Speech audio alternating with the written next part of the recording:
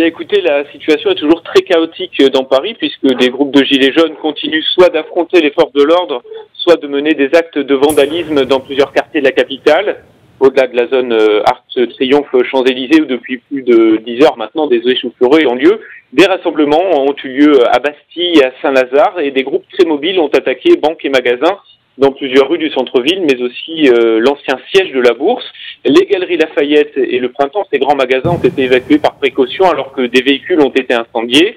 Le gros des incidents, vous le disiez, s'est toutefois concentré dans les rues adjacentes à l'Arc de Triomphe et autour de l'Arc de Triomphe, où là aussi des voitures ont été brûlées, des magasins pillés. Un départ de feu a également été maîtrisé par les pompiers dans un hôtel particulier qui avait été saccagé quelques minutes auparavant.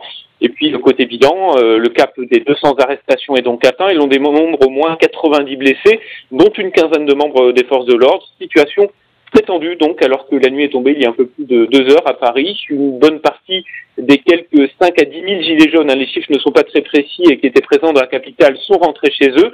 Certains déplorant l'image donnée à leur mouvement par ces affrontements. Il faut noter, donc, et ça aussi vous le disiez, que dans le reste de la France, plus de 70 000 personnes se sont rassemblées, avec là un nombre très limité d'incidents. Ce qu'il faut savoir, c'est qu'il y a eu des rassemblements sans réel incident sur le bas des Champs-Élysées et à Opéra, où des préavis de manifestation avaient été déposés par certains gilets jaunes. En revanche, pour ce qui est de l'Arc de Triomphe, plusieurs centaines de personnes sont arrivées très tôt ce matin, très équipées aussi avec des masques, des lunettes de natation ou de ski, et des vêtements épais, bref, de quoi résister aux gaz lacrymogènes et aux coups de matraque. Il s'agit essentiellement d'hommes jeunes, mais il est difficile de faire la différence, en fait, entre gilets jaunes et casseurs, d'autant que la frontière peut être très fine, on peut être gilets jaunes et casseurs. Ce qui est sûr, c'est que plusieurs dizaines de militants d'ultra-droite étaient sur place, la présence de supporters de l'ultra-gauche s'est-elle manifestée par des tags sur plusieurs bâtiments. Ce flou complique évidemment le travail des autorités, mais il est quelque part représentatif de ce mouvement des gilets jaunes, qui a des accents insurrectionnels et qui refuse le dialogue voulu par le gouvernement.